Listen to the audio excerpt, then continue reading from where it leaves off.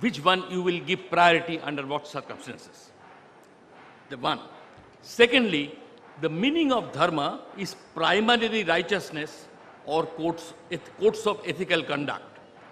But it also has the secondary and very important meaning that it is also codes of conduct independent of ethics when it comes to many species, many situations of life.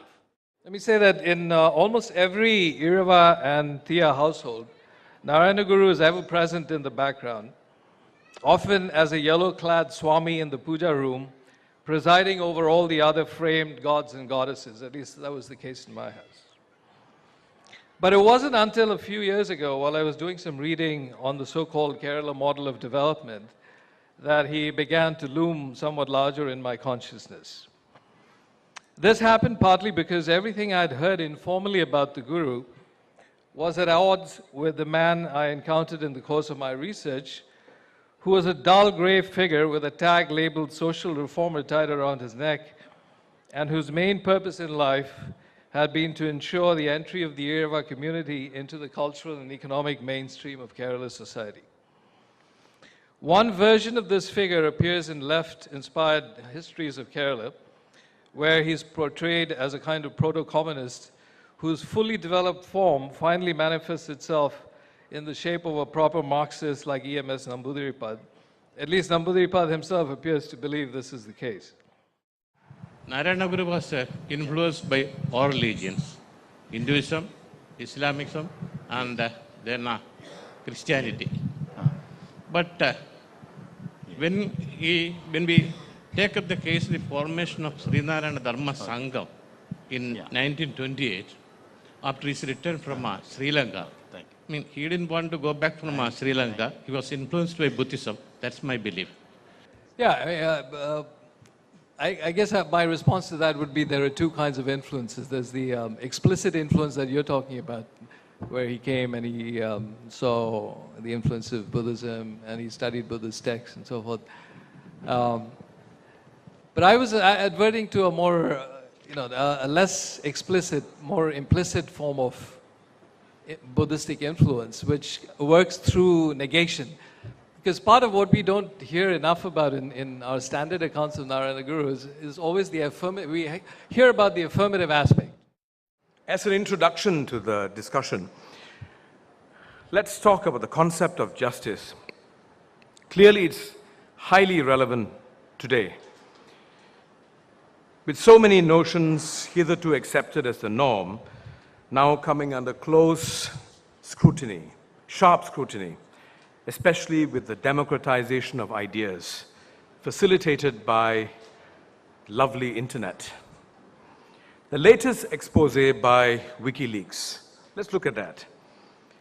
It's a classic illustration of this new empowerment that's proving to be not only a highly inconvenient issue for the incumbents of power, but likely to usher in a new era of restraint of power, a new era of accountability on the part of those with power, and perhaps a greater symmetry of power between the haves and have-nots. Up until now, the modern era has been shaped, by and large, by Western notions of justice and equity, often predicated on economic development, or what we commonly know as GDP measurements, which in turn is clearly pro-capitalist in orientation. The subject of the talk today is ideas and norms of justice in India, from antiquity down to the present day. What I propose to do is this. I propose to make a series of somewhat extensive prefatory remarks before I get to the main subject of my talk. Then I will have a discussion drawing upon certain strands of Indian literature about the idea of justice.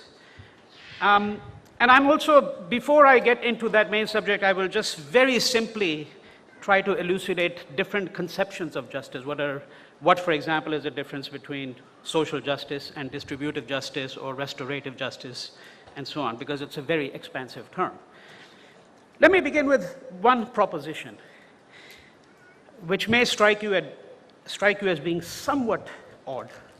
Namely that I don't think, notwithstanding the enormous inequalities in our times today, I don't think that we actually, really for the most part, think about justice very much. In other words, I think it is part of the diminishing vocabulary of our times.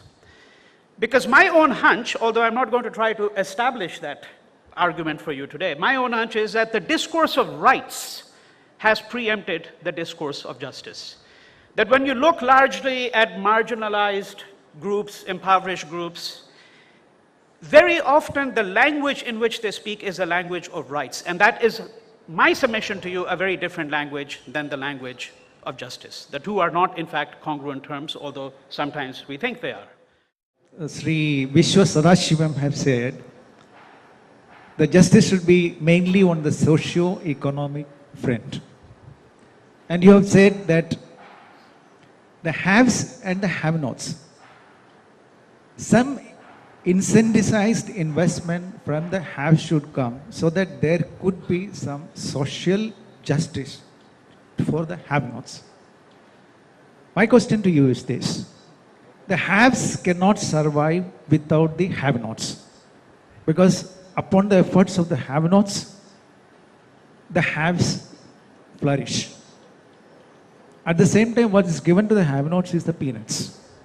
How do you propose to overcome this inequality in terms of justice?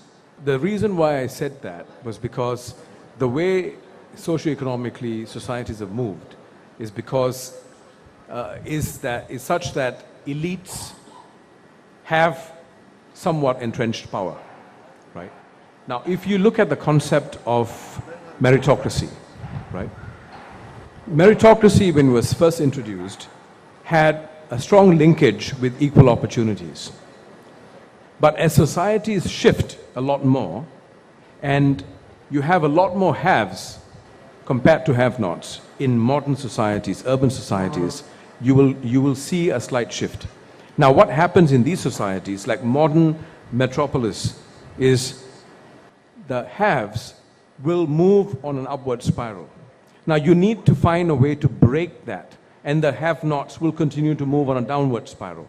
You know that in what is referred to as informally as his last will and testament, Mohandas Gandhi, just a few days before his assassination, made it very clear when he said that we have gained our political independence, but we have not gained our economic independence, cultural independence, social independence. The question of economic justice is all important, but I'm afraid that there is a fundamental problem we'd have to work through first. And that fundamental problem in the first instance is that our conceptions of scarcity, poverty, growth, all of these are highly economistic. I'm also sort of based in India and do work there amongst migrant workers in Delhi, migrant workers from other parts of the country, the North India. And to say as a general term, that a general statement that not just India, but societies in this part of the world, because of the particular forms of development and capitalism, state violence, are confronting the forces, myriad forces, which are seeking to organize persons hierarchically, to exploit, to exclude, to oppress, to displace, to divide, to separate, to exclude persons. And the question that I think I am motivated by, and many others here, certainly in the presentations that we've heard, I believe, is what can persons do, especially ordinary persons, do? What do they do to somehow resist these forces that are working upon them and that are working within them?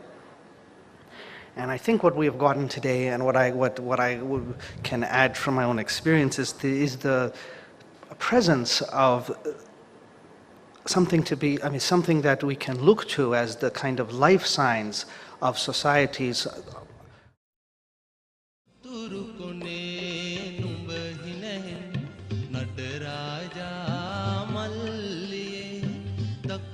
कोने